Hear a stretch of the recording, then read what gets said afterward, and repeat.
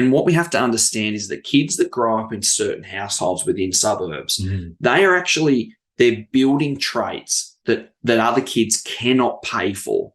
You can't pay to get the traits that these kids have. Okay. They've gained those traits because of the life experiences that they go through. They've gained them because of what they've been exposed to.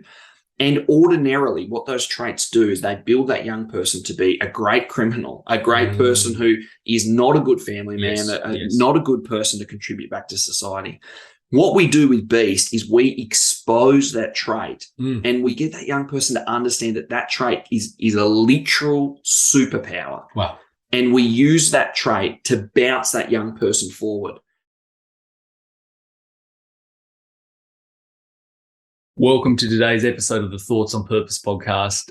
I am absolutely honoured today to be sitting beside a true legend, fellow Tasmanian, and also just a man whose world we're going to explore on a deep level today because it is so worth exploring, because of how much this incredible gentleman has achieved in his short life so far on earth. I am, again, privileged to be sitting beside Will Smith from JCP Youth.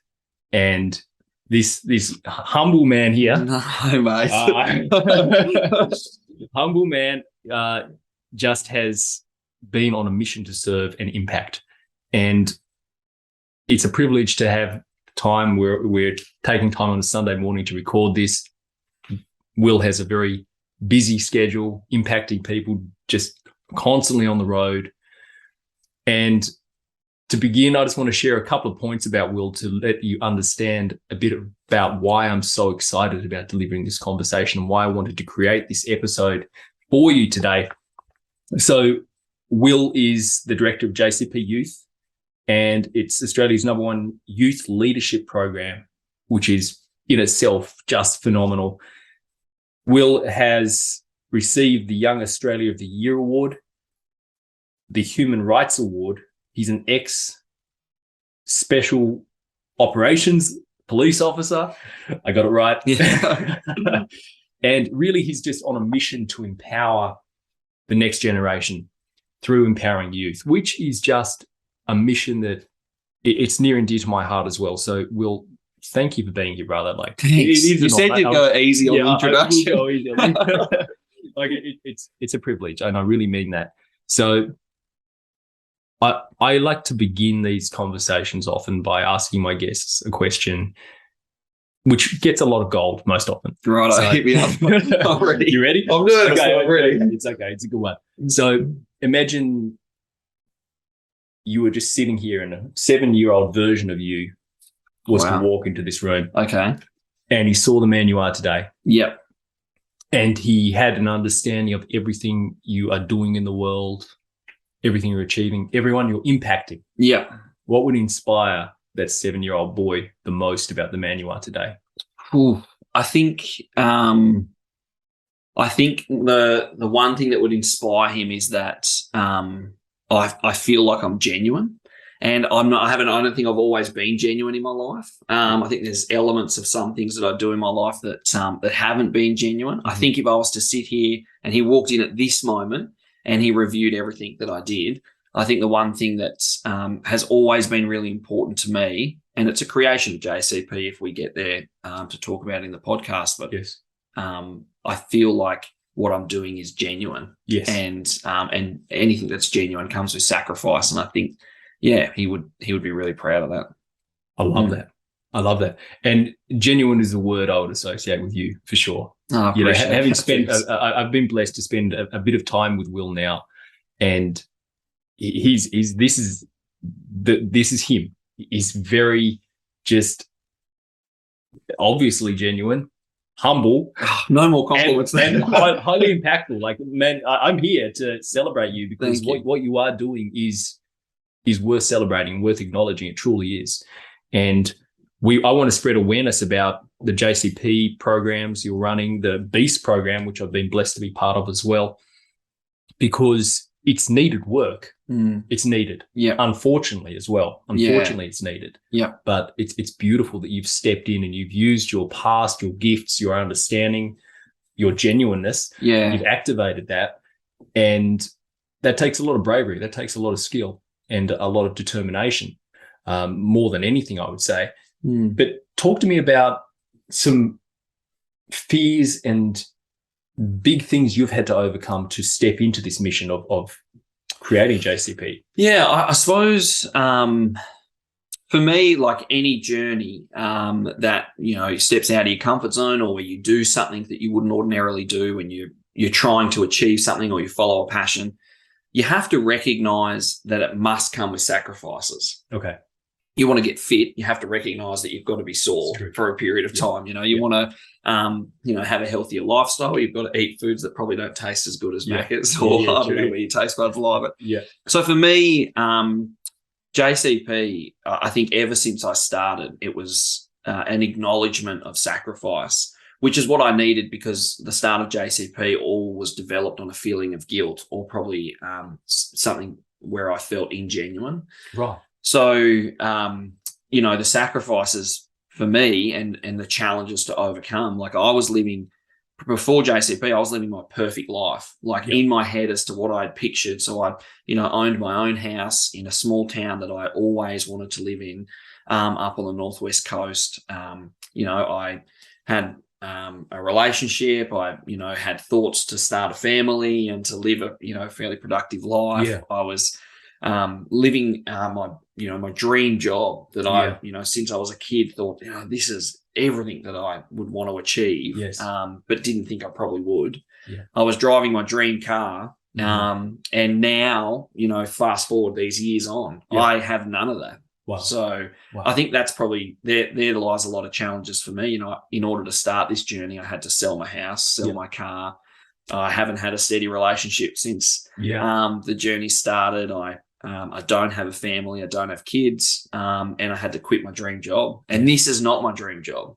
Oh, so this is, this is not, I feel like within my heart, if I had a if I selfishly chose, I would go back into police and go back into that specialized role because I love it. Yeah. And it's like, I've sacrificed a lot just to get into that role. But there's an outside calling for JCP as well. And but the challenges per se, like I feel there's a lot, there's a year of sleeping on the floor or on a couch in, not having an office, in the back of vans, I've been stabbed in this role. It comes with physical challenges as well. Like our work in the Middle East, that's it's dangerous. It's in your face. It's, you sort of, you go without a lot of comforts, and your lifestyle is just completely broken up. Wow. Sort of sounds like why you would do it, to be honest. But I'm sure we'll get to that. Yeah. And that's really a great point. Like, why do you do it? Yeah. So JCP for me is a journey because, so my background's in policing. I was a police officer for almost 10 years. Yeah. The last, period of time, a number of years, I worked in a specialised role. Yes. Through special operations, and that was always my dream job. But ever since I was 15, I've participated and volunteered on youth programs. Yes. So, my family from New South Wales, we moved to Tassie, to start a new life, really. We jumped on the Spirit of Tasmania. We had my aunts, uncles, cousins, nan, pop, everyone. Wow. We all came down together. Full migration. Massive. And when we got here, my parents, both my parents met in year 7 at the bus stop. Wow. They've been going out ever since, married, then had kids. Incredible. But they moved to Tassie with nothing. Mm-hmm. They dropped out of school at the end of year 8, both of them. Mm-hmm. And life has been a bit of a struggle for them. My childhood, we spent growing up in a shed, no electricity, no running water, no flushing toilet. Yes. We're in the middle of the bush, we're isolated. And, so when I was 15, sort of came into my teen years, I did a youth program. And it had a big impact on me. Right. And I think the one thing with the youth program for me, and it's sort of an ethos that I've carried on, is that we all have the capacity to exceed our own expectations. 1,000%, yes. And I came back from that youth program, and that was just, probably not those specific words, but that was the mentality in my head. Mm-hmm. Like, I can exceed my own expectations. Yes. I was not the best sportsman. I wasn't the best in school. I wasn't the best academically. I struggled in a lot of areas of my life, but also did well as well. I was quite personable and I like to communicate with people. Yes. But I sort of went on to become, college captain of one of the largest Catholic schools in the state and get some leadership roles and start developing programs that I thought would help other young people. Mm-hmm.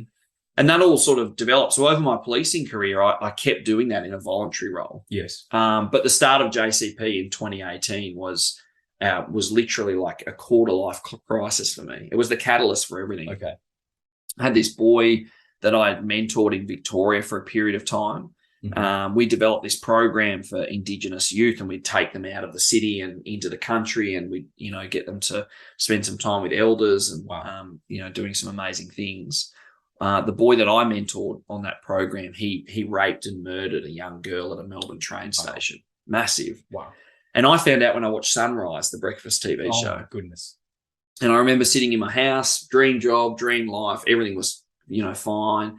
And I watched this show on Sunrise and I was like, shit. Yeah. That's my guy. Yeah, that's your guy. And that's pretty much that feeling that I spoke of being ingenuine or feeling really guilty. And purely because I'd received awards for that program, other programs. I've been Young Citizen of the Year, and wow, people always recognise me as running these youth programs. And when I looked into all these young people we were working with and contributing to, the reality was none of them were better because they did our programs. We provided experiences and we gifted them opportunities that they hadn't had. So it wasn't that we shouldn't have ran the programs, but it was the status that came with it, that we were changing lives or breaking the cycle or we were going above and beyond. Yep. But the reality was, I had a young boy here in Hobart that had said to me, I've only crossed the Tasman Bridge a few times in my life. He goes, I wish I never did your program. He goes, on your program in 6 weeks, we crossed the Tasman Bridge heaps. We went up to Launceston for the first time. We went to Devonport. We travelled around. We met all these inspiring, empowering people, and they were extraordinary. Yeah. And then at the end of the 6 weeks, you dumped me back in my community. And for the first time, I wanted to get my license. I wanted to get a job. I wanted to do all this stuff, but I had no capacity to do it. I wasn't depressed before your program, but geez, I felt really down. Yeah, you had the high and came back. And we provided the high. And so I remember sitting there on the couch and I'd gone around and spoken to all these kids and knocked on doors and social media stalked some young people. And I was like, is what I'm doing actually genuine? Like, is this just to make me look good? Is this about me? Am I being really selfish in this endeavor to work with young people? And that sort of formed the start of JCP. Yeah. And the premise behind JCP, to be really clear, was that I never wanted to sacrifice anything. I just thought, let's just find a very small group of kids and let's just work with them. Awesome. And I was going to stop all the other programs I was doing, like contributing to. The programs still run to this day and they do some great work. Yes. But I thought I'm just going to do my own thing with this small group of kids. And we did it for a year. So, went from 2018 into 2019 and it just worked. Wow. We had these group of boys, none of them were attending school, or if not, partially. Some were engaged in youth offending, some were getting in trouble by the police, some were just disengaged. Yes. We did a full 360. So we spent a year with these kids developing content to inspire them and empower them. We took them on camps, outdoor rec programs. We traveled with them. We invested in their family life, home life, school life, community life. Incredible. And then a year later, they were starting to become student leaders in their school. Their attendance rates were above 80%. One of the boys was the most suspended in the north of the state, hadn't been suspended at all since we started working with him. And we weren't even a formed organisation. We were just an idea at the time. Yeah. We were just a group of me and a couple of my mates that were helping out, just saying, well, we're just going to help these kids. And people would say, oh, where are you from? And we're like, oh, JCP. And they're like, oh, I'm sure if they looked on the ABN register, they'd never find it because we didn't exist. I love that. We just wanted to help these kids. And all JCP was from there was just, a gradual period of growth. Yes. We'd grab a couple of other kids. Yeah. We'd grab a couple of other kids. We'd grab a couple of other kids. And then now JCP is formed under 3 arms. And we, we're an organisation with full-time employees and volunteers and just insane impact is how I describe it. So phenomenal, brother. Wow. Yeah. That's just massively inspiring to hear that. And I knew there was so much more, even though we've had so many conversations. I actually wanted to explore all that. So that is just so much to that. Tell me, so give everyone a bit of an understanding, like what is the impact you've had so far with all of that? So JCP works under 3 arms. The first arm is an outreach arm, and I do that on my own from Australia. So we work in the Middle East. Okay. I traveled to the Middle East in 2019. The premise was to work with young people who are, being recruited by Islamic State groups or rebel groups, or to try and positively engage kids who are affected by, conflict in the Middle East. So I've traveled back and forth to the Middle East since then. The last returned in December last year. Yes. And planning to go again this year. And so we've worked with 264 kids in the Middle East, and provided anything from, respite to education to, providing funds as well for food, but mostly soccer programs and engagement. Massive. And the Middle East trips have sort of been a massive development and change for my life. Yes. The main arm of what we do is a program called Beast. So the Beast program is an intensive mentorship program that runs here in Tasmania. We have some young people engaged on the mainland, but they travel back and forth. Yes. This program has around 80 kids involved. Some engage every day, some engage every week as a minimum. But the program really has no restrictions as to what we do to support and empower a young person to be the best version of themselves. So primarily the program targets youth offenders. This year, the program has 13 student leaders, 2 school captains, 1 boy on a $90,000 scholarship at one of the best schools in the state. Wow. We've got 7 boys that represent the state in different sports, 2 that represent the country. We have the highest statistic rate in the country for youth reform. So good. And to be honest, we're a small niche program, but we invest anything to get those outcomes. So we're not picking up kids who are student leaders. We're picking up kids who aren't really going to school, and we're turning them into student leaders. Like, we're going next level. There's not many organizations, I'd say, in the world that are producing similar outcomes with young people. And we do it in a very intense way.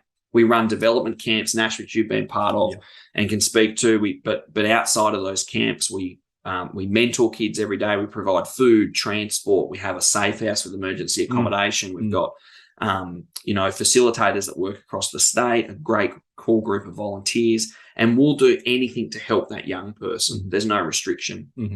The third arm to JCP is our funding model. So it's how, if we're going to do anything for a kid, we fly kids to the mainland and we take them to theme parks and up crazy mountains and do weird things.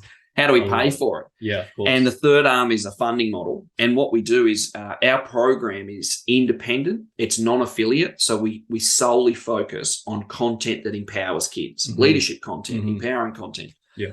And so we package that content and we sell it to schools, corporate groups, conferences, seminars, businesses, workshops. So we sell it. We earn an income through that. So last year we were in 74 schools across Tassie, 14 corporate groups. We make an income from that and we invest all the income in our program. Now, we're a charity, so we're one of few charities where I can confidently say that we're actually hustling to make our own income. Yes. That income, that covers all our operating expenses. So our wages, fuel, cars, the safe house, everything is covered through the income that we make. And then all the donations that we receive on top of that go directly to the young people. So, there's no admin costs in donating to us. There's no, so we have, just a small core group of people that, join our community to donate with the knowledge that their money goes directly to creating this impact. Phenomenal. We don't receive any government funding at the moment, and we never have. And the reason being is not that we never will, but the recognition comes back to that feeling of guilt in 2018. Okay. We must provide a program that has no end date to young people. So this Beast program, it is voluntary for the young people to participate, and they decide when they leave. Got it. It's not our decision. We'll never exit a young person from the program. They can exit themselves. Okay. Now, of course, they don't, and we haven't had young people exit. So we've got an awesome group of volunteers now who have graduated from the program, come back, and they all want to be part of it. And they get around in their branding, and I've got a shirt on, but they've got way cooler shirts and jumpers than I do. And they own it. It's a family unit for a lot of the kids in the program. Some use it, just to benefit their lives in whatever aspect they need. Yep. But they're the 3 core arms to what we do. I love that. So just so much to that, brother. And I want to say how inspired I was when I saw you interacting with the boys as well, and the kids in general. No, we only had boys in the breathwork. I took you. We only had boys in the breathwork. You do work with we do work with well. girls. Yeah. Boys are overrepresented in the youth justice system, so we have a lot more boys than we do girls. Okay, I see. Yeah. But just how you really, in my eyes, as a dad, and you don't necessarily have a family or anything, as in your own wife and kids, that kind of dynamic set up. Yeah, but just how you were a father figure to these young guys who were, you would kind of mention some of their backgrounds and some of the stuff that they were experiencing in their personal lives, even when they're on the camp. And I could just see the connection they had with you. And understanding what I do about human behavior, I was reading into that, and I could just see how safe and connected they felt with you. And that deeply moved me. Yeah. Your ability to go and just support them through the challenge that was being presented to them in the session we did, and just call them forward, and they felt safe with you. They felt seen with you. They felt supported with you, which is just... Can I touch on that? Yes, please. So I feel like I'm in a unique but weird position because my policing career, and this is horrible to say, but it's just a reality. Like, I hated these kids. Okay. Like, I saw the impact that kids who are recidivist offenders cause on our communities. Like, they come and destroy that, they run through a house, or they cause damage, they steal cars, and I had to sit there, and you deal with the victims and you deal with the impact of it. And for me, there's that sense of like, get these kids off the street, lock them up. Like, I couldn't care less what happens to them while they're in detention. That's what they get, penalties, consequence. Totally. And I'm on the other side of the fence now, where I genuinely love these kids. Yeah. I'm fully invested in them. Yeah. But there's also, that's driven by a sense, and it's a selfish sense. I'm a very competitive person. Yes. And I look holistic. I'm very good at looking holistically at my life. Yes. And in particular this journey. And I'm very upfront with kids in saying, like, I've sacrificed a lot to make this happen. Yeah. So I'm getting an outcome. So it's like, when I rock up to work, you're going to get the absolute best of me. I love that. Because we, you and me, we deserve it. I didn't sleep in the back of a van for a year. Good. On the floor. For you not to reform. So we're going to make it happen. So what comes out of my mouth and how I interact with a kid, it's driven by passion. It's driven, through that thought process of outcomes. But it's also through that driven by that love of like, I see you. Yes. I can break through all this outer crap, and I see you as a person. And I think what I like about the Beast program, it's a voluntary program, but we pick kids that we know, they might be recidivist offenders, and they might be, committing horrific things in the community. They might be disengaged kids. Everyone may have given up on them, but we see them. And if I can see that potential, if I can see past the crap that sits on the outside, and I make that investment in them, you're right. Like, people say to me a lot, like, whoa, like how you communicate with kids is very, it's very unique. And camps are a great, explanation as to how we develop that communication. But it is based on the fact I'm a very competitive person, and I want I love that. Outcomes. It's good, and you're the perfect man for the role. Like, and again, we were talking about purpose before. This is, when I look at you, like, this is your purpose here on this planet, brother. Like, this is why you can do it so well. Yeah, it might not necessarily be everything for you. Like, you've got a lot more to do in your life, and I sense that, and you're only really just getting started in the scheme of things, which is. I say really exciting. I'm not even started yet. I get that, brother. I get that, because that's the kind of individual you are, which is super exciting. And I've heard it said that kids spell love Time. No. And I couldn't agree more. Yeah. And that's why I guess there is that dynamic where it feels like this mutual respect and this mutual connection that you have with these youngsters who deeply need that, to love and connection. They're two of the primary needs we have as young individuals, especially because we don't feel safe in the world. Like, we're little. Yeah. We've got to figure out, and little kids often put these big personalities on and they act brave and everything, but very often they're just, as they're freaking terrified. And so having someone there who just does this work like you do, brother, it's so inspiring. What do you think are some of the misconceptions around your business? Like, you might get people who, perhaps, I don't know if this is true, I just want to test this, but are there misconceptions around what you do where people are like, oh, JCP do this, but no, you don't. Yeah, I feel there are a lot of misconceptions. Yeah, okay. A lot. Like everything from, it can be that, well, the name, for instance, a lot of people think we're, affiliated to a particular religion, JC, Jesus Christ, or something like that. So, right. So people will say like, oh, I don't want my young person working with JCP because they're very religious. Isn't that interesting? Which, that's just a misconception. Yeah. I think, and by the way, for any Christians out there, like this is pretty much living Christianity, what this guy does. Oh, and I should say as well, like our program, it's supposed to be non-affiliate, just in regards to the fact that we have boys who identify as Christian, some who identify as Catholic. We have boys who are Muslim in the program, and then boys who don't follow religion at all. And so it's like, for me, people can associate our organisation with whatever they want. Yeah. Because for me, it's just about, well, we're just inclusive of everyone because we're just trying to get the specific outcome. It's good. Yes. Yeah. Yes. But when I say that people are, associate us with different things, I don't think of it as a negative. People just do what they want to do. Of course. Yeah. Of course. And some people come to us and say, because we think you're religious, we're going to, send our kid. And I'm like, yeah, whatever. Yeah, whatever. Bring them on. Yeah. Do it. Yep. For me though, there's a lot of misconceptions. Like I can, I don't know which one I should pick. I can walk into a store with a group of kids and we can be asked to leave. Like that's happened before. Really? I'm the director of the biggest, a country's best youth reform organisation. Wow. And I can put this hoodie on that I've got down here, walk into a store with 3 of my boys and be perceived completely different as the person I am. Isn't that interesting? And I have people that will send me messages saying, oh, I can't believe you work with this young person and he's destroyed our family and our life. Right.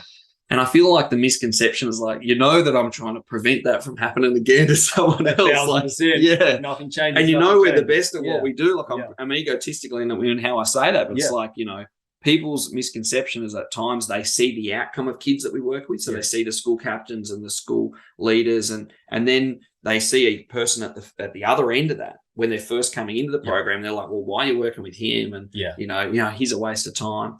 Even, past people I worked with in the police, just sort of like, mate, this is a waste of time. Like, these kids aren't, some of these kids aren't unsavable. Yeah. And there's different perceptions, all across in what we do as well. We're a small organization and people think that we are the entire solution. Yeah. Our logo is a puzzle piece and it's a puzzle piece because we just play one small piece in the puzzle. We're not the answer. We're not the solution. We just play our small role. And that's, we're always trying to stay in our lane with that regard. Whereas people will just dump a problem on us and just say like, you guys fix things, so fix it. And it's like, well, hold on a sec. This is a collaborative, holistic approach. I love that, brother.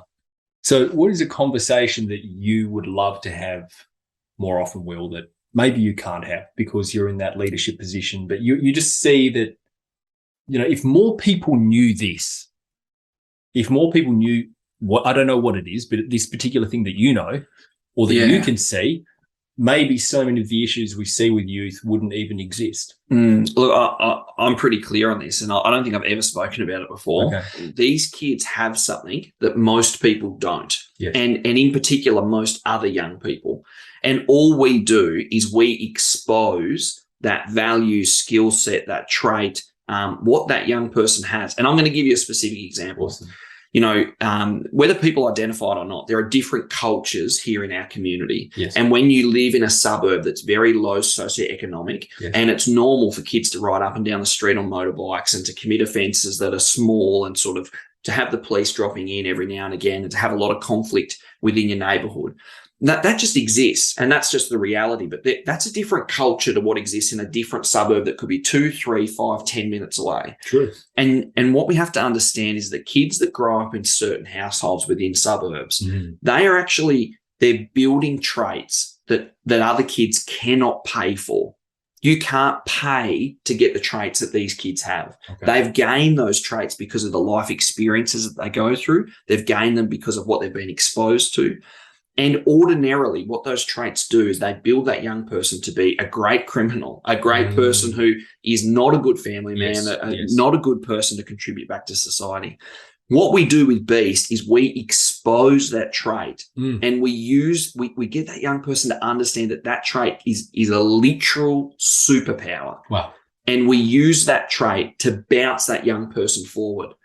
The school captain of the biggest Catholic school here in Hobart is a young guy in our program that when I first met him was punching another kid in the face down here in Hobart, not really attending school. Wow. This is a young gentleman I met. We went out for breakfast. Yeah, amazing. I've pulled him out. We expose that trait. We get him to understand that it's a superpower, and we put him back into an environment where he gets to release. Now, he still struggles to read and write. He still struggles to listen and engage in class. He still walks around like a plastic gangster on the streets on a weekend with his pants hanging down his ass. But he's the school captain because he's exposing that trait. What I want to tell to people is this, is that we are too quick to jump on young people and see the outer layer. And we're not good enough as a community, as a society, to expose those traits. And we see young people walk down the street and they just live up to the expectation that you give them. And I'm a victim of that. You know, I'm a fault of that, in that when I was a police officer, you'd see young people walk up, you'd create a perception and they would react to your perception. And so my message to people is pretty clear, and that is that you've got to find ways to break through that outer layer and expose the traits that these kids have. Because the kids that are sitting in, I say to my boys all the time, the kids that are sitting in private schools right now that have come through the outer suburbs and sitting in southern, life's been fine and dandy. They can't pay for what you've got. You can pay for what they've got. If I've got a boy that just got a $90,000 boarding scholarship to one of the best schools in the state. That's incredible. We can pay to get you what those kids have got, but they can't pay for what you've got. True. And that's a superpower. True. I love how you reframe that. So these traits that they develop, it's hard to say where they come from exactly, but I would assert that very often it is from. Is it, in your experience, has it been the family dynamic, the community, the school? Like, because I guess in my mind, I'm like, what's the solution to reduce this? Well, it's a culture. It's a culture. I honestly believe that it's a culture. Okay. And that it's a generational culture that exists across the whole country. Okay. In certain areas. This is not isolated to a particular suburb. Because you do see it across everywhere. And it's a culture, but I don't think you need to reduce it. I think that these cultures they expose young people to a certain side of life that we're not used to, and we look at that side of life and we think, whoa, that's really heavy. I'd never let my young person do that. But in their culture, it's normal. It's completely normal. What I think we need to do is we need to re-educate, firstly, our culture, the where you would sit outside of that particular suburb. You need to re-educate that culture in understanding how this culture works.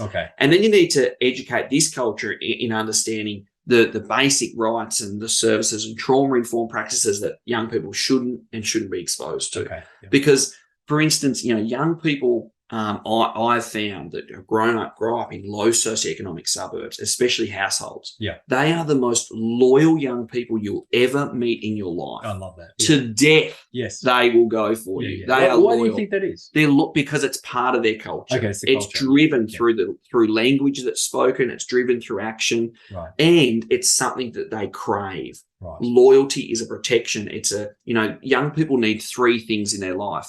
They need love, nurture, and validation. They'll get love and nurture primarily from a female, and they get their validation from the male.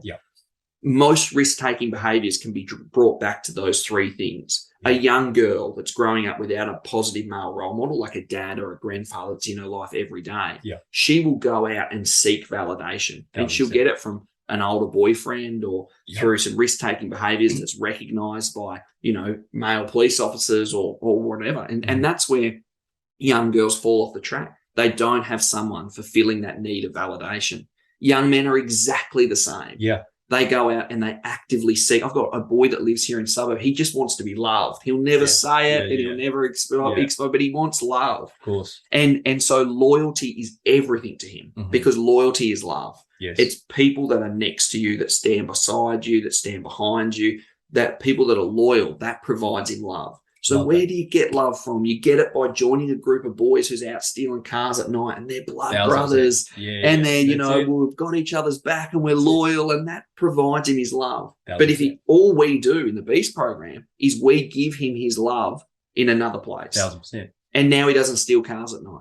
Yeah. I love that. Yeah. It's a basic principle. Yeah. And in my mind, so I guess the terminology I would use is human needs. Like we all have human needs, and 100%. You are meeting the needs in healthy ways, which is pretty much exactly the same kind of work I do. Yeah, on a different scale, in a different way. But it's phenomenal that you are so in tune with it, and what you're doing, like you are genuinely in tune to what these boys deeply need, which is so far beyond. I'm just an organization here to inspire people, just to pump people up, just to kind of earn a profit. Like you are so much more than that. And that's what I love about what you're doing, Will.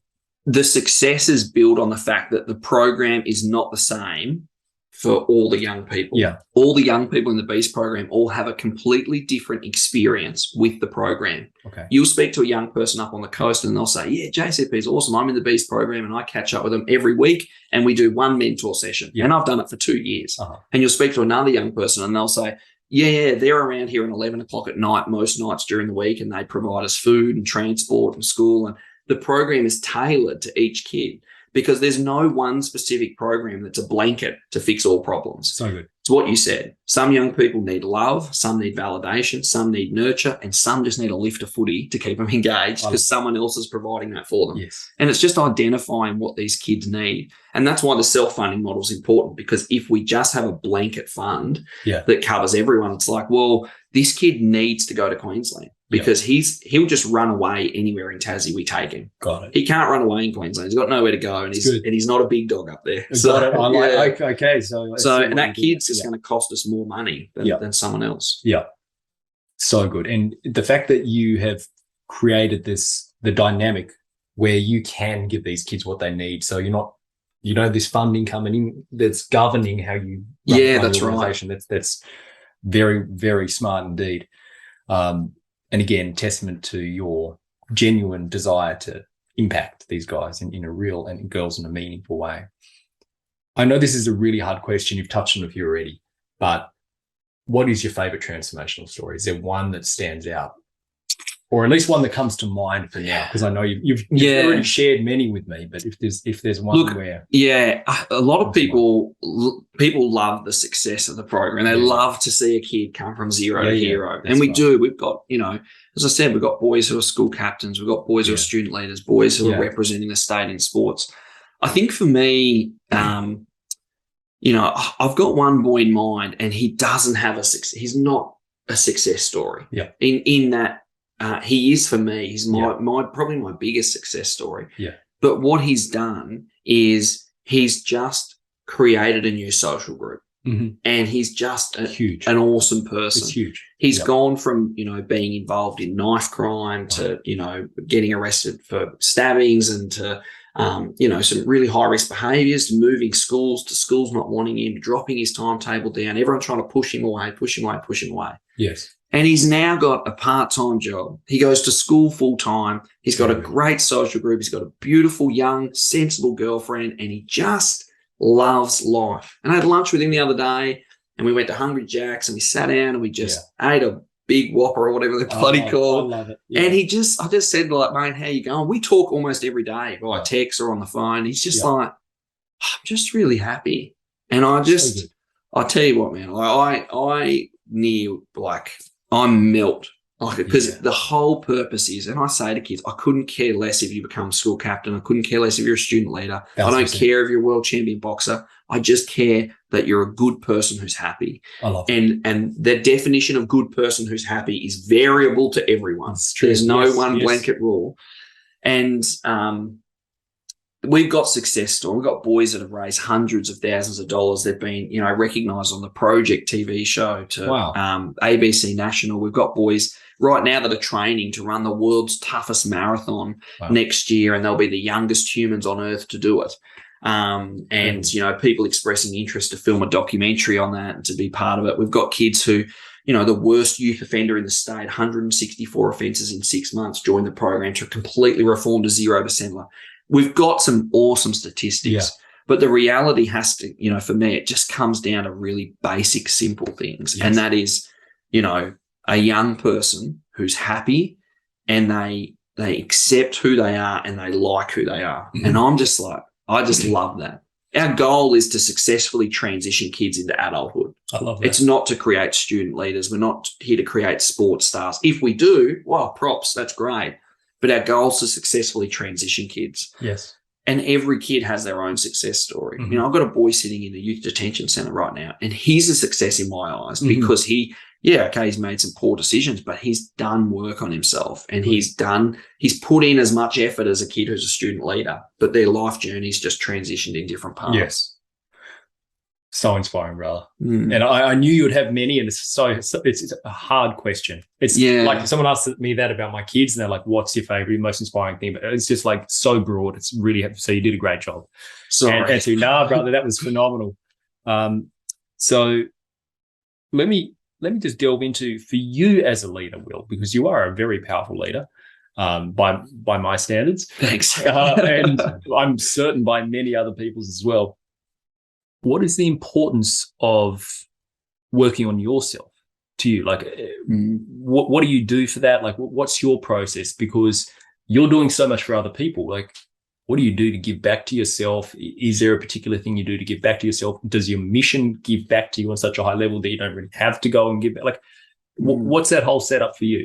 Leadership's been a strange journey for me because I've always been in a leadership role in my life. When I was young, I had a social group where I was the oldest. Yeah. And the oldest usually makes the decisions and people go to you for the advice. You get your L's first. So the other guys want to know, how do you do that? Yeah, and get your, you know, where do you go and what do you do? You know, in school, like I worked with the police in school. So like, you know, in college, year 11 and 12, kids would go out on the town on Saturday nights and they would, you know, be drinking alcohol and partying. And I was a cop on the street in year 11 and 12. Like, I was 16 years old. I didn't have my P's and I was driving a cop car at times because, you know, this incident happened and I'd just be throwing the keys. Yeah. Then I was school captain and then transitioned into roles, and even in policing, like, you know, constantly chasing and trying to move up and do things. You know, I was young when I was an acting sergeant, for instance, like, and on shift, like people that were 20 years older than me, even right through now, like, you know, in my role. So leadership's been a learning journey for me, massive learning journey. And I've learned a lot with it, but I think something that I haven't mastered is what you've said. And that is how I give back to myself. I'm an impulsive person. I'm passionate and I'm like, go, go, go, go, go, go, go. Yes. And I just go, go, go. I think I resonate with what you say in that I get a lot from what I do. Yes. So like I'm so empowered and inspired, but it can take one conversation with a young person just to get me back on. And I'm like, ooh, here I am. I'm back. Yep.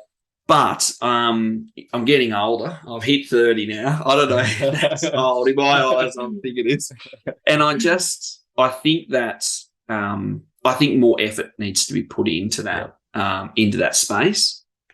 But I do a lot. Like I drive. Driving for me, I love driving. Yes. I go from point A to point B. By the time I leave point A with 10 problems and I arrive at point B and they're all resolved with solutions. Yeah.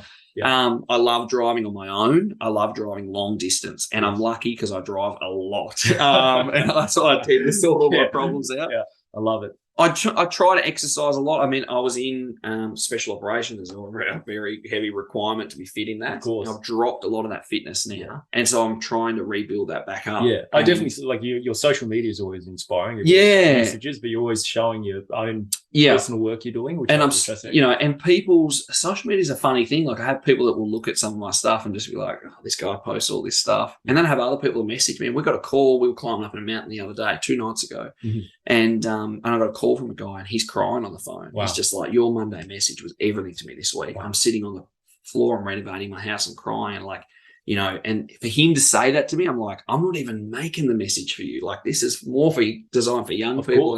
And he's listening to it. For me, I'm like, that uplifts me massive. Yeah. Like that just gets me through the next sort of day, 2 days. So good. I think, personally for me, like I sacrifice a lot.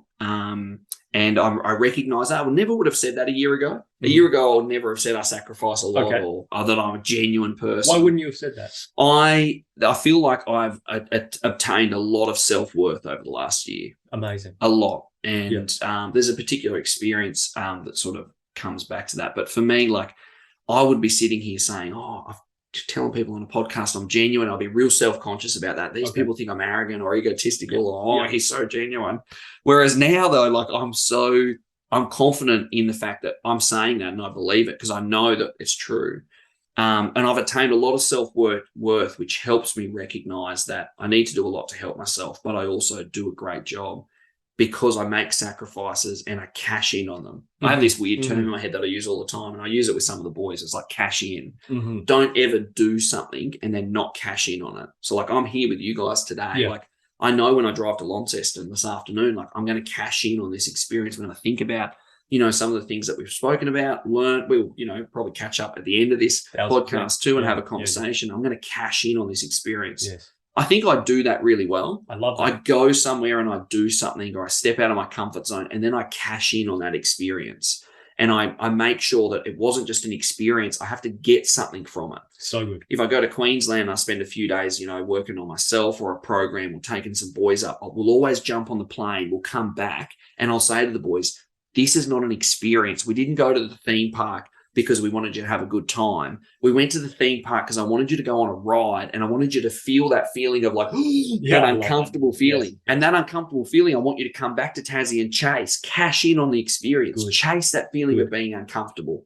Don't be part of that, 70 to 90% of people that only get the feeling when they go to theme parks. Like let's walk through our day and seek out opportunities to literally like, and I love that. One of the kids said like, I've got this guy who messaged me on Facebook and he's offered me this, apprenticeship.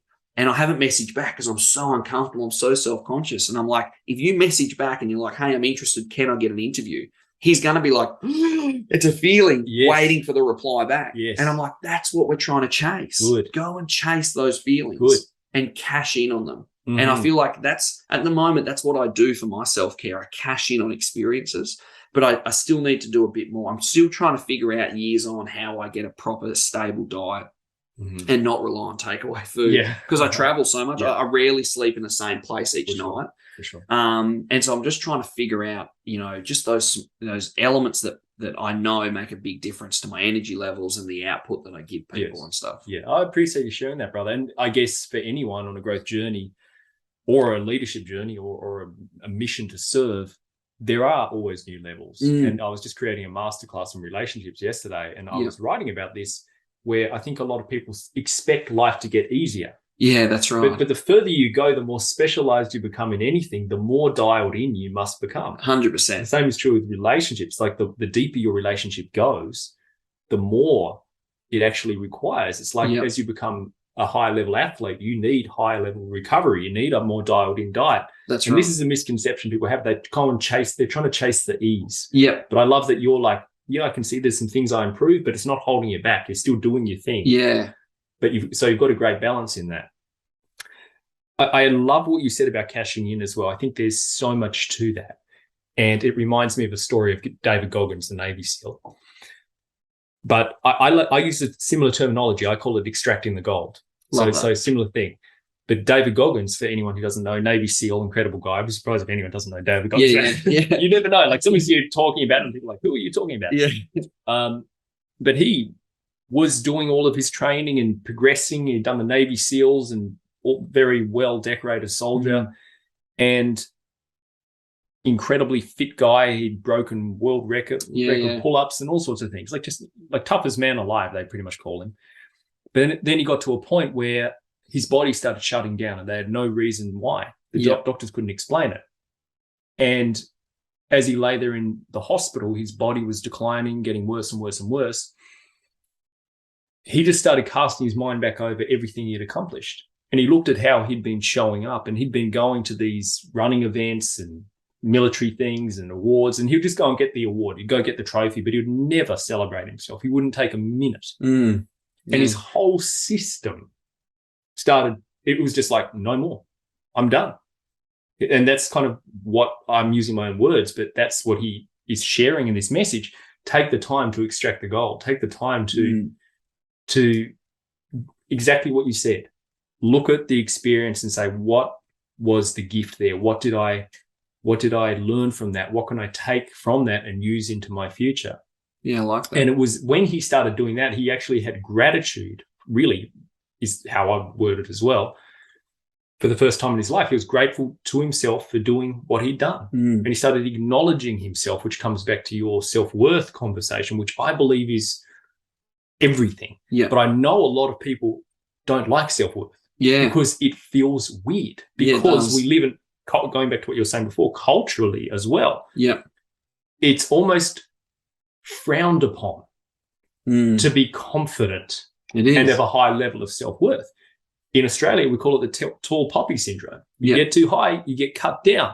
Don't do too much. Don't stand out. But in order to do something like you're doing, it requires standing out. Yeah. Like you're all about that.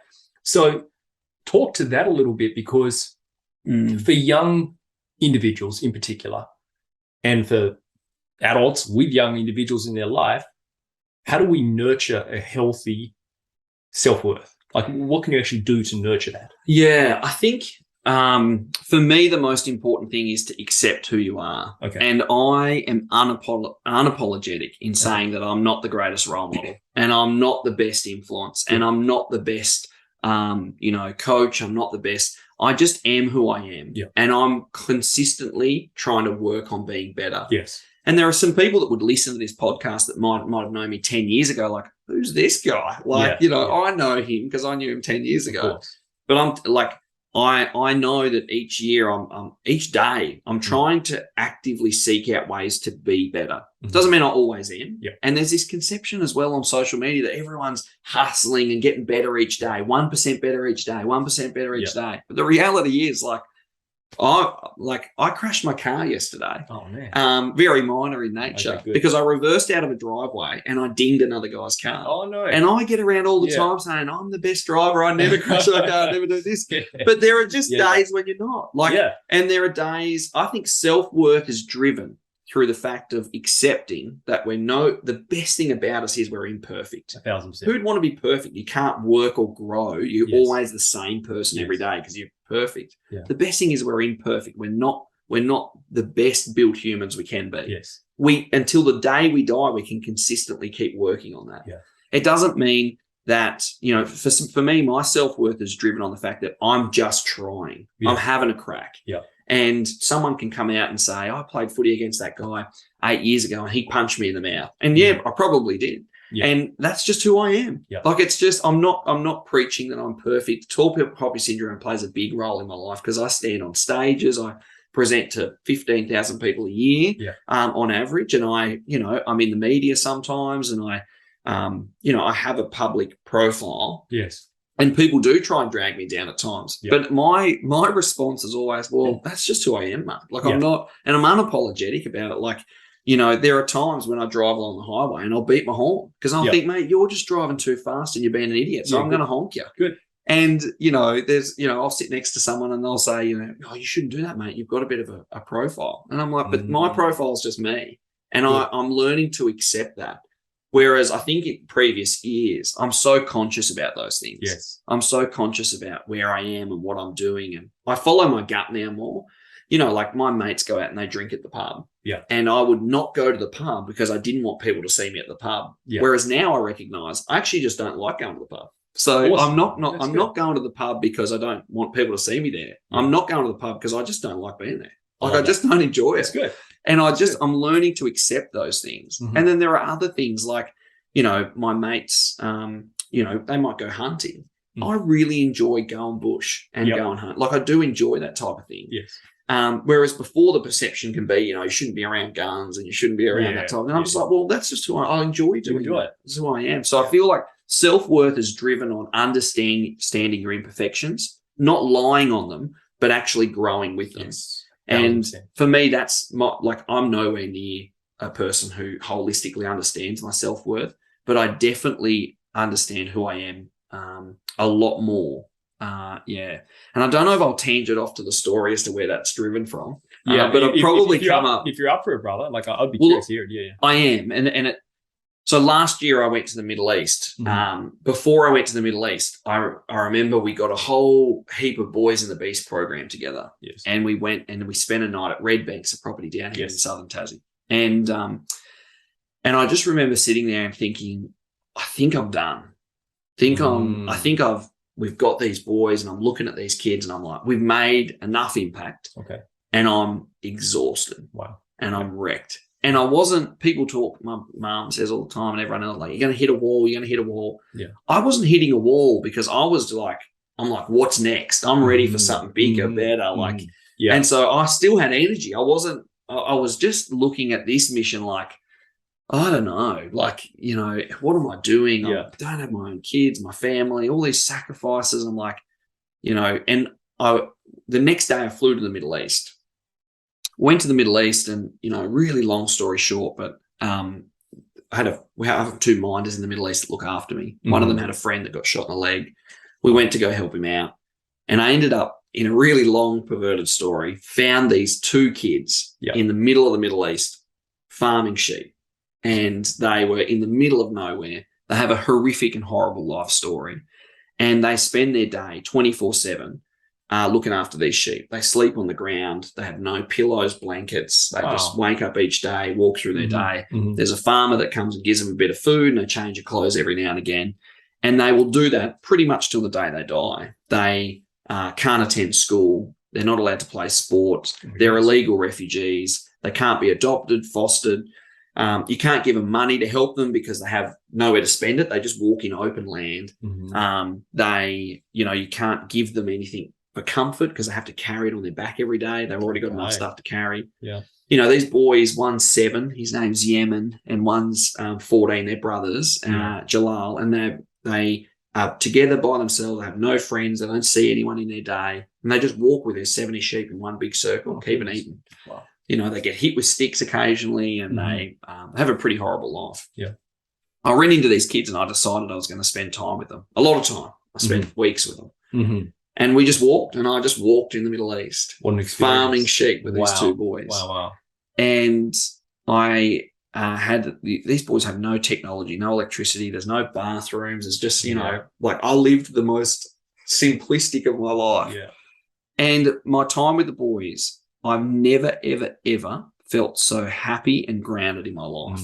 I don't know how, but I'm trying to chase that feeling here. I want to feel like how I felt with them here. And I would just sit in the fields watching these sheep and, you know, walking around with them, doing absolutely nothing.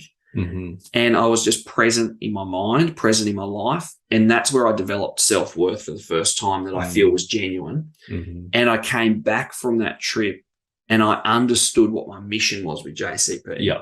And I'm so driven now. Like I always thought in my head, JCP will lead me somewhere and then there'll be another adventure after it. I love it. That may happen. I don't know, but I'm telling you right now, it's nowhere, anywhere on my mind. I'm so driven in what I do. And for the first time ever, I sat in the Middle East, in the middle of nowhere. I couldn't even point to it on the map. I had no idea where I was. But I can give you a rough estimate. But I sat in the Middle East, and for the first time ever, I accepted my sacrifices. And I actually went, I used to always complain about them and be like, I had to give that up and I had to give this up. And all right. And I wanted people to know that. Right. And I wanted to, like, you know, guys, like, I've given all this stuff up. So now we have to do this. Yeah. Whereas now I'm like, I accept that in order to do what I do, I need to make sacrifices. Yeah. And one of the biggest hang-ups was that I can't have a family at the moment. And, you know, people say to me, oh, you can reduce what you do and have a family. It's like, no, because I won't get the same outcomes and impact. You know what it needs. I know what it needs. And I just accept now, and I'm happy with the fact that the greatest thing that I want, a family, is my greatest sacrifice. And I accept it, and I'm happy about it. And I just know that there's so much more meaning and passion to what I do because I understand that process. Yeah. Before I went to the Middle East on that trip and before I met those two boys, that's what was dwelling in my mind. Oh, you know, these boys say to me, I don't have a bloodline. I don't have a bloodline. I need to have a bloodline. And it's big with, especially the African boys that I work with. They say to me all the time, "You've got to have a bloodline. You've got to have a boy. Interesting. Yeah, You've got to have a boy." Okay. And it will always sit on my mind like, I don't have a bloodline. And I wrote in the Middle East, I had this book, and I journaled, and I wrote 30 standards that I wanted to live my life by in this book. And I had all this time to reflect. But I wrote one question down on the bit of paper, and 3 days before I left the Middle East, I looked at it every day, but 3 days before I left, I wrote the answer.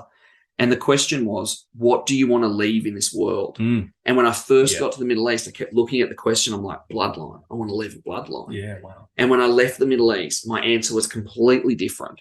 And I'm so happy and driven and content with the answer now that it drives me. I love that. It drives me.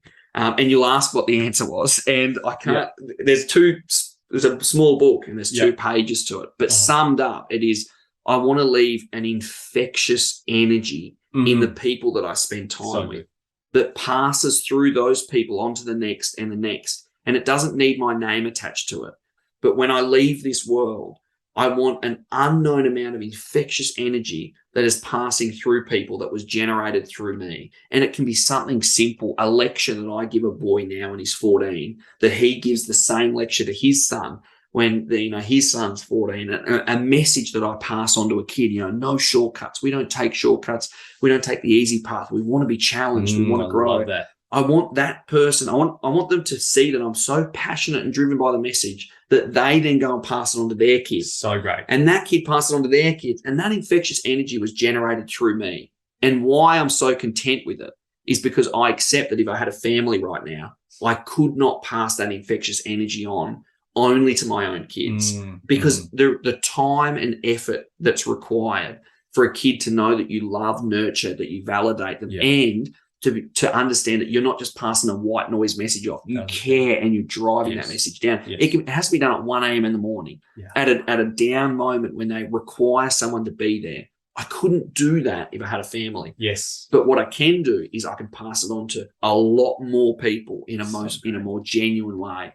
Yeah. And that's what's driving me at the moment. Yeah. So powerful, brother. As you were speaking then, bloodline, all that stuff. We hear this saying, blood is thicker than water. Yeah. And do you know the kind of origin of that full statement? Are you familiar with it? I think a long time ago. Yeah. I remember hearing something, but I can't recall. Yeah, so it's, and I could be off it, but it's something along these lines, which is the blood of the covenant is thicker than the water of the womb. Yeah. Yeah. Which is interesting because there's people say bloodline and stuff, but what you're doing, I see that it's like a covenant. It's a pact. It's a mission. And very often, your police background, you'd see that you would have these brothers and sisters in arms. Yep. Who, I think of my time in the military as well, like that, those people who you're in the mission with. Yep. Like there is a connection to them because you're working on a common goal. Like there's a something that is so profoundly deep to that often families don't even have. You know what I'm saying? So yeah, that's true. There's something in that, I think, as well, that your bloodline is already well and truly living on beyond you. Like you've had an impact that will live beyond you. Yeah. Already. I hope so. I feel like that's my selfish need, in that I can leave this world and go, you know what, I've created something that can live on. And it's not a person, it's not a bloodline, but it's a group of people that are living better and can be better. And we speak about, how do you change a culture, or how do you, and at times it's not about changing the culture, but it's lifting the standard of it. Yes. And I feel like I'm trying to lift the standard. So good. And we spoke about before this even started, like, sometimes when people don't meet the standard, don't ever drop the standard, because as soon as you drop the standard, then the impact drops, the outcomes drop, everything drops. Yeah. So you've got to, your self-worth drops. Yes, it does. I was here and now I'm here. Yeah. And that can bring about hard times. It can bring about, firing people who are in your business. It can bring about losing friendships with people. It can bring about a whole lot of other sacrifices. Yes. But the driving factor is my standard is what creates this infectious energy that then lives on. So good. Yes. I love what you said about self-worth too, and thank you for sharing your whole experience with discovering your self-worth. And for me, and I'm pointing this out for anyone out there who's like, how do I discover it? Well, if we look at what you did, Will. Don't go to the Middle East. Don't go to the Middle East. Go to the Middle East and walk the street. It's dangerous. Yeah, dangerous. There's a lot of risk. Those little guys, they're tough little guys doing that job. My goodness. But what you did is you connected to yourself. You actually had time to connect to yourself. Yeah. Which is exactly what David Goggins did in his situation, which is what I very often encourage people to do. Most people are so busy being busy. They're caught up in so much noise that they're not connected to themselves. Like that is how we start discovering true self-worth. It's actually quietening the noise down and connecting to ourselves. And that includes overcoming the noise of the traumas and the patterns and the hurt and the things that we're carrying, those noisy emotions and those noisy negative thoughts that get in the way. And, in that moment, it was almost like a meditative state. Yeah. And sometimes people, this is why in the shower, we have these insights dropping because we're not doing, we're just being. And in the state of being, we can connect with what is true for us. But most people in the world don't really have a high level of self-worth. They're trying to be someone based on getting validation or getting approval. Yeah. They're caught up in the noise. So I think that's so potent what you did, Will. Like you had that time away. I'm not going to take credit for it though, because prior to the last Middle East trip, that's me just like go, noise. I love the hustle bustle of it. And if you told me, hey, you've got to be at one with yourself a little bit more and I'd just be like, yeah, that's great, Nash. And it's a bit corny. And I get it. But the reality is I didn't go to the Middle East to spend time with those two boys out in the vast areas. And I went there to get some stuff done and to do stuff. And I just fell into the experience. 1,000%. And now I've come out of the experience and I'm like, that was exactly what I needed. I just didn't know before I fell into it. Yeah. And my advice to people is that go and do something that is by yourself on your own. Climb a mountain, go into the bush, take your shoes and socks off. And people are like, oh, that's really, airy fairy and happy clappy. And I can tell you I'm like the so far off center of being happy clappy and airy and fairy. And it's just what needs to happen because that's where it's not just about you. It's selfish to remain in the noise all the time because you're not offering value to the people around you to the best of your ability. And that's something I've recognized when I take time away from people and I go for a run or I, invest in that Smiling Minds app and try and meditate or do something. I'm better when I come back to people and they get more value from me. Yes. So investing in me is actually investing in other people 1,000%. And that's what helps me. Couldn't agree more. Yeah. Yes. It's selfish not to take that time for yourself. I love what you said there. Yeah. So important. And what do they say? There's a quote. You have to be selfish to be selfless. Yes. Yeah. 1,000%. And I think another one to that point is there's a time when selfishness is a virtue. And I couldn't agree more around that. It's the old adage of fitting your oxygen mask first, isn't it? That's right. It's the same thing, as basic as it is. Yeah, I like that. Yeah. That's common, but I heard of it because of the way you said it. That's right. That's right. And also what you did, again, looking at your life lessons and your life experience to kind of pass on to people so we can learn from it, is that you did exactly what you do with the boys. You take them to an extreme. Yeah. Yeah. So that, like, I call it resetting your baseline, because when you've got a baseline of what it feels like to be connected to yourself, then you've got something to measure off in everyday life. Yeah. So my terminology is creating a new normal. I love that. There you go. Yeah. Same, but different. Yeah. That's awesome. It's crazy. But you did that exactly in a way that was needed for you. And I think that in itself is huge for everyone, where if you're caught up in a busy lifestyle, sometimes the discipline is stepping away. People are like, oh, it's discipline to stay and suffer in my lifestyle and just slog it out for another day. Yeah. They're like, this is me being disciplined. No, you being disciplined is actually breaking free of that. You know what I'm saying? Like there's a time when discipline gets to flip. I had a similar conversation yesterday to a mum, and she said, I took her kids away from her. Yeah. Not in an aggressive, like stealing your kids. Yeah. But I just said, we've got this safe house. We're going to take your kids up and we're going to be in this safe house. It's an incredible space, by the way. I've got the privilege of getting a tour of the safe house. And she says the first time, she's a single mum, first time she's been by herself in her house in 16 years. Wow. You believe that? Wow. And I just said, I said, there's a lot going on in that household. Yeah. And my message is you have to invest in yourself to be better for these kids. You're waking up every day and it's a grind. And you're like, right, I've got to get breakfast ready and I've got to get them ready for school. I've got to do this, I've got to do that. And you're forgetting about empowering your kids and, being a person who's parting values and messages. And you're forgetting all of the important stuff just to get the grind done. Yes. And my message to people is so important. You have to have circuit breakers all the time. And I'm weird with my circuit breakers. We were in Queensland 2 weeks ago and walking along the bridge and I just jumped off into the water. And everyone's like, what the hell's going on? I'm just like, mate, this is boring 2 hours of my life. I had to razz something up.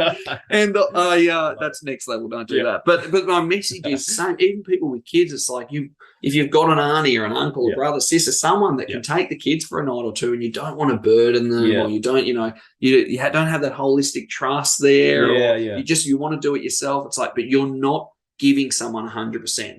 Your 70% over their teenage years for 4 or 5 years is not good. If you could go to 100, but all it required was them going away for, 2 weeks during the 3 years. So you've got to, I see parents all the time. I'd love to do that, or I'd love to do this. But I don't want to be selfish. But it's not selfish if you come back better and your kids get to be soaked in that value. Yes. They don't want, my kids don't listen to me. You're white noise. You haven't learnt anything. You haven't grown. You're not any better. So you're just parting the same message every single day to the kids. Go and be better, grow, come back. And because when you come back, your kids will soak up the new value. You're not white noise anymore. 1,000%. Yeah, I love go and do a retreat. Go and meditate. Go and do breathwork. Do something. And then learn and grow from it because that value will be gifted to your kids. So good. Yeah. And that's such a vital point because for me, everything, maybe not everything, but so much to do with what you're doing and helping these youth, supporting these youth. So many of the challenges that they're facing could be resolved if there was greater support in the family dynamic. Not always easy, not always possible, even because I'm very aware that kids aren't always born with, parents who even want them in some cases. Yeah. And I know that, and kids find themselves in all sorts of situations. But those primary caregivers, let's just call them that, play such a vital role. And it's a beautiful opportunity. It's an invitation. If you've got little ones in your space in any means, it's a beautiful invitation for you to access something new within yourself. Like, I really believe this, and grow into someone who can support them. And in doing so, it will be some of the most fulfilling work you ever do. And it is work. I get that. But to your point, I think it's really important to understand that, like, just as you said, taking that time to work on yourself and so you can be the best version of yourself for others is so important, because ultimately those little ones will just mirror your patterns. It doesn't matter what good work you do and you think you give to them, they're just going to copy who you are. Yeah. Do you know what I'm saying? Like, that's what I think a lot of people miss. They're like, oh no, I can't do that because I need to give to my little ones. That's right. Little do they know, they don't care about what you say. They're going to mirror what you do. Yeah. They're not offering them value by being the same person day in, day out. Absolutely. You're present in their life. Yeah. But you're not actually helping grow and assist them. Yeah, 1,000%. How can people support you? What's the best way to support your work? I mean, it's corny for me to say that financially you can just jump on board and support us through our website. Yeah. But the reality is, we have these gala dinners. At the end of a gala dinner, we don't give anyone dessert. And it's a bit controversial because people are like, well, we paid for dessert. Yeah. What I do is I give them a box of biscuits. Yeah. And I say, instead of sitting here and eating a nice fancy dessert, I've made these specialized biscuits for everyone in the room. We make 300-400 biscuits. Wow. So I want you to take this small box of biscuits, and they're great biscuits, by the way. So they make up for the dessert. Yeah. I want you to take these biscuits and I want you to go and sit with a young person, eat the biscuits and have a conversation. I don't want it to be a young person that you ordinarily sit with. Don't take them home to your kids. Go and sit with your neighbour's kid. Go and sit with a kid who's on your sports team, or your niece, nephew. If you've got a young person in your workplace, go and sit with a young person and have a conversation with them. Mm-hmm. And if you want to support me, the idea, the goal is that in 30 years, JCP, this is a bit of a corny goal, but it's like we shouldn't exist. We don't want to be around in 30 years. We want people to take that responsibility of and effort on themselves and go, you know what, we're going to step up and take control. There are people who can't look after their kids, and that's just the reality. Mm-hmm. But you don't need me. We've got communities and thousands of people ready that can step in. Quite often with young people, we often step back instead of stepping forward.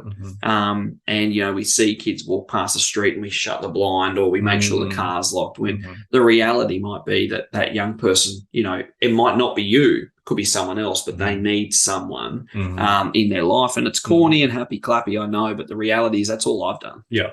We don't have, we just rock up to kids on the street and just like, what's going on? Yeah. Good. Let's have a chat. What do you like doing? Oh, I love motorbike riding. Oh, is that what you've just been arrested for? Yeah. Right. Well, let's get a motorbike and take it out bush where you're not on the street, you're not engaging. But it doesn't take a lot. Yeah. That does, motorbikes and vans and transport and all the rest of that takes a lot. But at times there are a lot of young people that don't need a lot. They just want someone to chat to, and you might be living right next door to them. I love our referral system because I go through all the referrals, and I reckon 80% of referrals that we get, I always ask myself the question, well, why aren't you doing something about it? Okay, I see. We get people recommend their neighbour, like, oh, I've got a kid that lives next to me and he's having a real tough life and this and that. And I'm like, well, what are you doing about it? Got it. I'm here hustling, earning all this money myself, and then I'm spending I should be driving around a Lamborghini, the amount of money I'm making.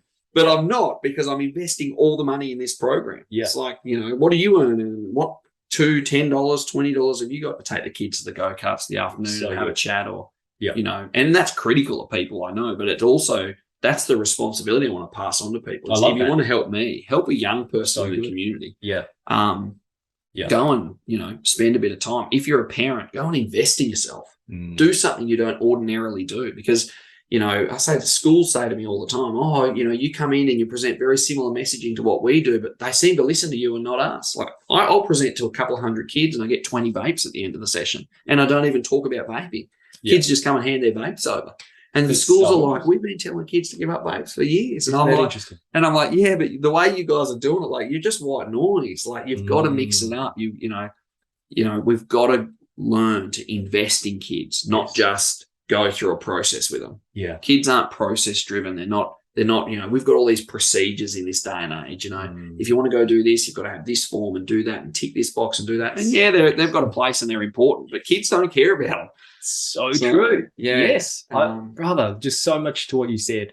And I love also how you pretty much, in my language, I would word it like you tune into people's values, these kids' values, and you connect with their values, which is a conversation and a language that they understand. Yeah. They understand if they love motorbikes and you're there talking about motorbikes, they're all ears. Yeah, they might have attention deficit disorder and everything else, but not motorbikes. That's right, exactly. They are online. And they'll be the best motocross riders in the country because they've been going away from, Kia Sport police cars for the last, 2 years. They're better than any other human. We just got to tailor it right. Exactly. Just need to be channeled in a healthy way. So there's so much to that. And also what you're saying about there's so many systems and people try and you got to follow this particular way of doing things. And if the kid doesn't fit into that mold, then who knows what to do with them. But it's sort of it's important for everyone to understand that the human beings that are now are different from any other human being that has ever lived. And we hear about words like evolution, but humans are evolving.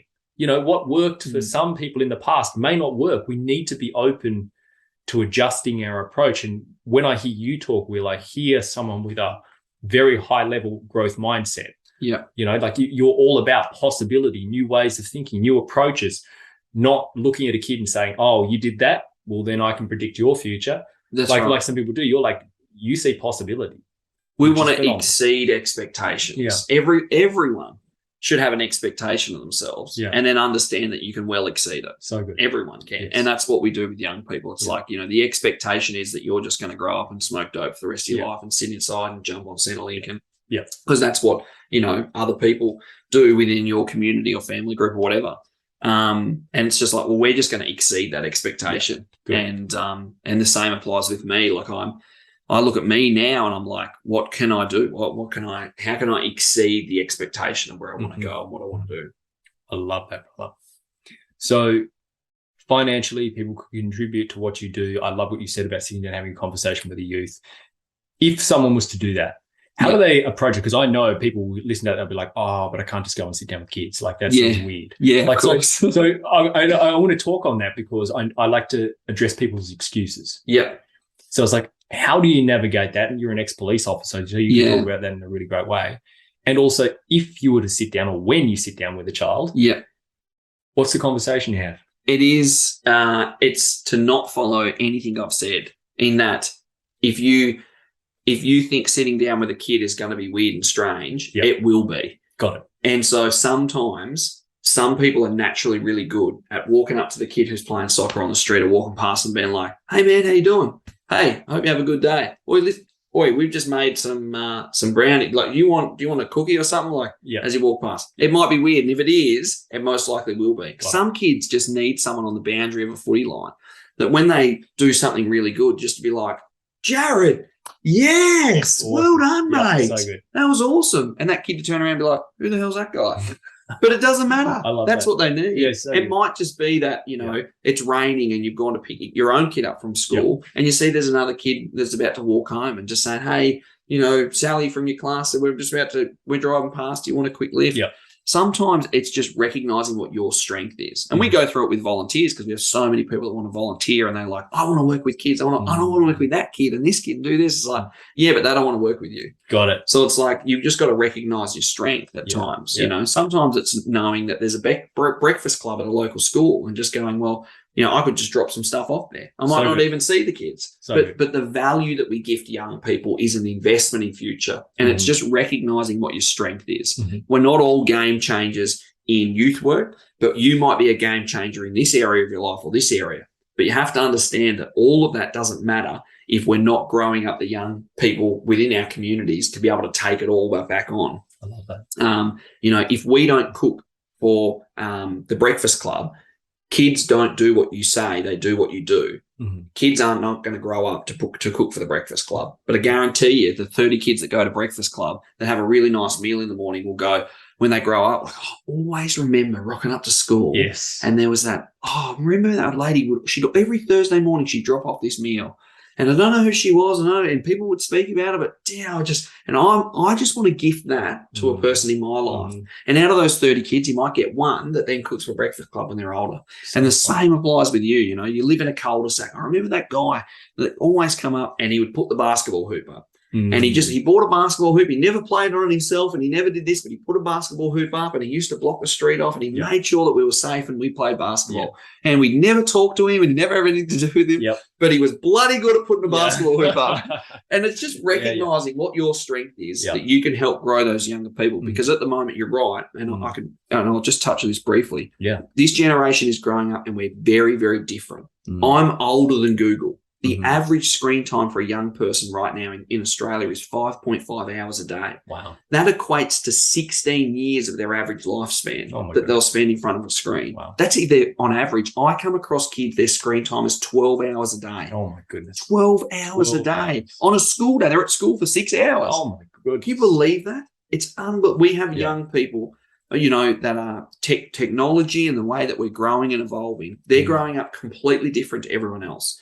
And what they're missing out on is that experiences where people are investing time, energy, comments. We rock up to footy games to watch our kids and we're too busy replying to an email and hustling them to jump in the car. Come on, we've got to go. Yes. That we're forgetting about the kid who didn't have someone to come and watch them play and the comment that we could have yelled out or the pat on the back that we could have given. Yeah. all those things that did happen 30 years ago because life was just a tiny, tiny little bit slower. Yes. We're forgetting to do now. And it's going to make a big difference because when you're old and you need these kids to start paying the aged care bills for you to bloody be in your aged care homes, it's not going to happen. Yeah. You need to be able to invest in all those small things. Some people who listen to this will be really good at sitting down with a kid one-on-one and having a conversation. Some people will be really good at cooking for Breakfast Club. Some people will be really good at putting a basketball hoop up. I love that. Whatever it is, recognize what you can do to give back to the younger generation with the knowledge that it will be an infectious energy that they'll pass on to the people when they get older. I love that, brother. That was so well broken down. And I know that everyone listening will be able to listen to that and they'll be like, hey, I can see how I could do something just because you gave, again, everyone's got different values. Know what your values are, know what your strengths are and play to them. And when everyone does that, then we tick a lot of boxes in the best way possible. How do people connect with you, Will? Like, what's the best way for people to get behind what you do, to find out more about you, to reach out to you? Yeah, I think that it just depends on what varying level. Kate, who works with me, is my gatekeeper. So if you ever want to connect with me, you'll unless we have a personal relationship, but Kate is like, she's the guard of honor. Awesome. I live a crazy lifestyle in that, last night I didn't, it's Sunday morning now. So last night, Saturday night, like we didn't finish working with boys until 11 last night. Wow. Where I work every day. Yeah. Usually Monday to Friday, I'm on stages presenting content or, traveling around, delivering programs. Mm-hmm. School holidays, I say to people, I just don't meet with anyone at all during school holidays. We invest 100% of time in kids and camps. Wow. And then, during school terms, that's the period of time that we, engage with people and workshops, seminars, programs, all of those things. I don't socialize ever, and people criticize me for that. They pay me to come and deliver a seminar workshop, and then they say, oh, come have dinner with us at the end. And I'm like, oh, no, I'm going to work with kids on the street. And they're like, but we paid you. And I'm like, yeah, you paid me to speak. You didn't pay me to come and socialize at the end. Yeah, I don't drink alcohol. I don't do it. So I'm like, I'm the most boring person ever. Yeah, I'm similar, brother. Very similar. But I love that. That's my lifestyle. To connect with me though, my whole life is entwined with JCP. Yeah. So to connect with JCP is to connect with me, and the website, it provides all the avenues to do that. Phenomenal. Yeah. And you've got a really great Instagram as well. Thank you. JCP Youth. Yes. And we'll have, wherever you're watching this, wherever you're listening to this, there's going to be links galore, so you can't miss it. Yeah. Definitely go get behind Will's epic work. Thank you. 2 more questions for you, Will. I'm nervous. Yeah. There's a pause. You finish on the, I feel like it's a finish on the bit. I could go for hours, by the way. Right. I'm loving this conversation. You delivered so much. But do you believe everyone on earth has a purpose? I think that very few people actually engage and live their purpose. Okay. I think everyone has a purpose. Yes, I love that. Everyone has a purpose, but very few people. We have this term at JCP, and it's probably a common term that other people will know, but NPC. Okay. And it's non-playable character. All right. And they're just, we laugh all the time. We pick people out in the community, and they've got like the loading bar that you would have in a game or something. They're just standing there like as a robot. I love that. And it's just like, mate, you're just a player in someone else's game. Yeah. Like, get uncomfortable. Like, and I use this as my description. If going to the theme park is the only way that you can feel that sense of uncomfortability and like that feeling, if you don't have that in your ordinary everyday life, then you're a player in someone else's game. Yes. Get uncomfortable, send messages, reach out to people, do things that you wouldn't ordinarily do, have conversations that challenge you, invest in yourself. Yeah. Everyone has a purpose, and not everyone's purpose is to change the world. People say to me, oh, you want to take JCP national and global. I don't. I want JCP to change the world of the people that are around me and the kids that I work with. Yeah. I'm not looking for exponential growth because I think I'll lose outcomes and everything with that. I'm not here. I can't revolutionize youth work across the world. What I can do is I can change the small world that's around me. Yeah. And the passion and the purpose that people have is, again, not to step up and be this movie star and they'll make a documentary about me and do this. Sometimes it's just about changing your world. And it's picking the people that are around you and going, how can I invest in these people? The best way is to invest in yourself first. It's, and when you invest in yourself, you then get to invest in others. And that's what I think everyone's most basic purpose is. If you have a higher purpose in that you can change the way that this is delivered and this is done, and you embody the quote, just because it is, it doesn't mean it has to be, and you go out and make change, well, that's a higher purpose. But at a bare minimum, your purpose should be the constant development of yourself and investment in others. And everyone has a responsibility to do that. Yes. And I'll finish that question on this note. If you're a person that complains a lot about things and you have conflict issues and problems that face you in life, I believe, my personal opinion is that because you don't, unless you're living that purpose, you don't have the right to complain about stuff. If you're not investing in yourself and you're not offering value to people around you, then you shouldn't be taking value out. We all have a responsibility to impact the people around us. And if we took that responsibility on, I could go back to my dream job. Yeah. So good, brother. Yeah. Thank you so much for sharing that. I love that. Now, next question is, and the final question. Yes, I was about to say last. Yeah. If you were to get access to the back ends of all the big social media platforms out there, and you had like 30 seconds to a minute to just deliver a message to the world, like everyone was watching you, like however many people are on social media right now, the biggest platforms, all their eyes are on you for a minute. Yeah. What is the message you'd want the world to hear? Oh, I'm making this up on the spot, but this is my message. You ready? All right. All the screens would just go blank. Yeah. And then for the whole minute, people will be sitting there like, what is going on? What's happening? And in that small moment, they'd have an opportunity to be with themselves. And then at the end of the message, it would pop up the words. It would say, if you're looking for a sign, this was it. Yes. And it's a drive towards purpose. So good. Just an opportunity for people to just get off that endless scrolling that absolutely benefits no one, including yourself. Yes. And to just go, you know what? The world's still moving around me, and just to look side to side. So good. Just a blank screen. Screen. If you're looking for a sign, this was it. I love that, brother. Will, thank you so much for being here. Ladies and gentlemen, if you've enjoyed this interview, do myself and Will a huge favor. Get behind Will's work. Go check him out on Instagram. Check out his website. Support the incredible work this man is doing. If you have enjoyed this interview, please leave a comment below. Let me know what we've taken away. Reach out to me on social media. Let me know you've watched this. Tag me, tag Will.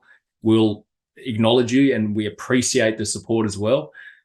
Share this out with people you care about as well, so we can have a greater impact through this work. We've designated and dedicated our Sunday morning to creating this for you. So I really hope you've all got value. You've got something to think about. If you've received something from this interview as well, do us a favor as well and go and action it. If you've had an insight that's come up for you, if you've felt inspired to do something, don't just let that be idle thoughts. Go and take some new action. Get out there in the world and allow that to infuse your life with some new momentum. That's the opportunity you have before you. So I appreciate beyond words you checking this out. Will, thank you so much for being here, brother. Thanks very much for having me. Any final words? No, I really appreciate you, mate, and I appreciate your journey. I appreciate our friendship that we've been able to develop recently. So thank you. Thank you so much, Will.